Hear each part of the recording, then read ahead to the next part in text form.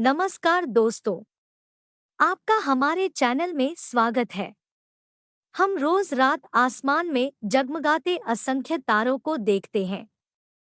उनमें से उत्तर दिशा में दिखाई देने वाला सबसे चमकदार तारा हम सबका ध्यान आकर्षित करता है। सदा स्थिर नजर आने वाला वह तारा है ध्रुव तारा। आज हम इस वीडियो के माध्यम से आपको बताएंगे कि कैसे बालक ध्रुव बना तारा। ब्रह्मा जी के मानस पुत्र स्वयंभू मनु के दो पुत्र थे, प्रियव्रत और उत्तानपाद। राजा उत्तानपाद ने दो विवाह किए। उनकी पहली पत्नी का नाम सुनीति था और दूसरी का नाम सुरुचि। दोनों रानियों से उन्हें पुत्र रत्न की प्राप्ति हुई। सुनीति के पुत्र का नाम ध्रुव रखा गया और सुरुचि के पुत्र का नाम उत्तम। उत्तानपाद दोनों राजकुमारों के प्रति समान प्रेम भाव रखते थे। रानी सुनीति भी अपने पुत्र ध्रुव की तरह उत्तम को भी अपना ही पुत्र मान स्नेह किया करती थी। किंतु सुरुचि के मन में सुनीति और ध्रुव के प्रति ईर्ष्या भाव था। एक दिन उत्तम अपने पिता की गोद में बैठा खेल रहा था। उत्तानपाद उसे प्रेम से सहला रहे थे। जब ध्रुव वहां पहुंचा तो उसका मन भी पिता की गोद में बैठने के लिए मचल उठा। वह भी जाकर अपने पिता की गोद में बैठ गया। उसी समय रानी सुरुचि वहां पहुंच गई। उसने जब ध्रुव को अपने पिता उत्तानपाद की गोद में बैठा देखा तो वह चिढ़ गई और खींचकर ध्रुव को गोद से उतार दिया। फिर अपने कटु वचन से ध्रुव को आहत करते हुए बोली, अपने पिता की गोद और इस राज्य के सिंहासन पर बैठने का अधिकार केवल मेरे पुत्र उत्तम का है। सुरुचि के कटु वचन सुनकर ध्रुव का बाल मन दुखी हो गया। वह दौड़कर अपनी माता सुनीति के पास गया और रोते हुए सारी बात बता दी। सुनीति उसे समझाते हुए बोली, पुत्र दुखी मत हो, ना ही उस मनुष्य के अमंगल की कामना करो जिसने तुम्हें अपमानित किया है। अपने कर्मों का फल मनुष्य को भोगना ही पड़ता है। तुम अपना दुख दूर करने के लिए भगवान विष्णु की आराधना करो। उनकी कृपा से ही तुम्हारे पितामह को मोक्ष की प्राप्ति हुई थी। वे दुख हरता है, अब वे ही तुम्हारा दुख दूर करेंगे। माता की बात से बालक ध्रुव के कोमल मन में भगवान विष्णु के प्रति भक्ति भाव जागृत हो गया। तत्काल गृह त्याग कर वह वन की ओर प्रस्थान कर गया। मार्ग में उसे देवर्षि नारद मिले। उन्होंने ध्रुव को भगवान विष्णु की आराधना की विधि से अवगत करवाया।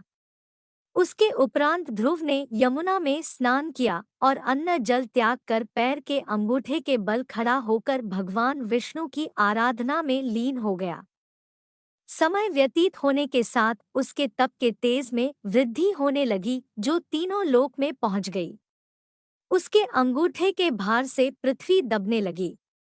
उसका कठोर तप देख भगवान विष्णु को उसके समक्ष प्रकट होना ही पड़ा। ध्रुव को दर्शन देकर भगवान विष्णु ने पूछा, वत्स, तुम्हारी आराधना से मैं अत्यंत प्रसन्न हूँ। बोलो, क्या वरदान चाहते हो? बालक ध्रुव कहने लगा, भगवन, मुझे माता सुरुचि ने अपमानित कर पिता की गोद से उतार दिया था। उनका कहना था कि मैं अपने पिता की गोद का अधिकारी नहीं हूँ। माता सुरुचि की इस बात ने मेरे अंतर्मन को आहत कर दिया था और मैं भागा भागा माता सुनीति के पास अपनी व्यथा सुनाने गया तो उन्होंने मुझे आपकी शरण में आने का परामर्श दिया। मैंने आपकी आराधना आपकी स्नेह प्राप्ति के लिए की है। आप जगत के तारणहार हैं। आपकी दृष्टि में सृष्टि के समस्त प्राणी समान है।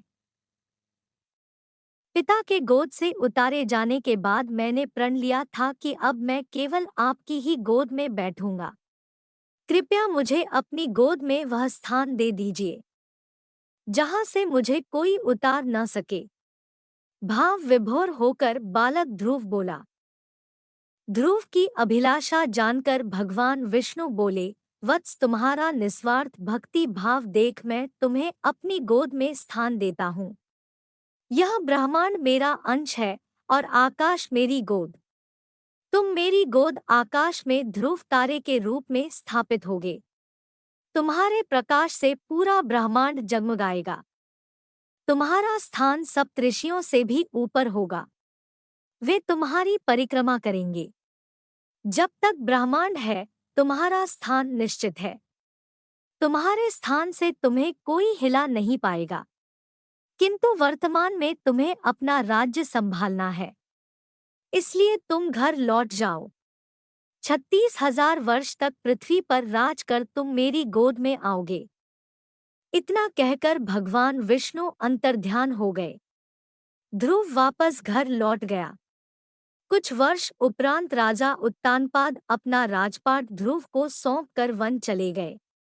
भगवान विष्णु के वरदान अनुसार पृथ्वी पर 36,000 वर्ष तक धर्म पूर्वक राज करने के उपरांत ध्रुव आकाश में ध्रुव तारा बनकर सदा के लिए अमर हो गया। अगर आपको ये वीडियो अच्छा लगे तो इसे लाइक, शेयर और चैनल को सब्सक्राइब कर लीजिए। इससे हमें आपके लिए और अच्छे वीडियो बनाने की प्रेरणा मिलती है। धन्यवाद।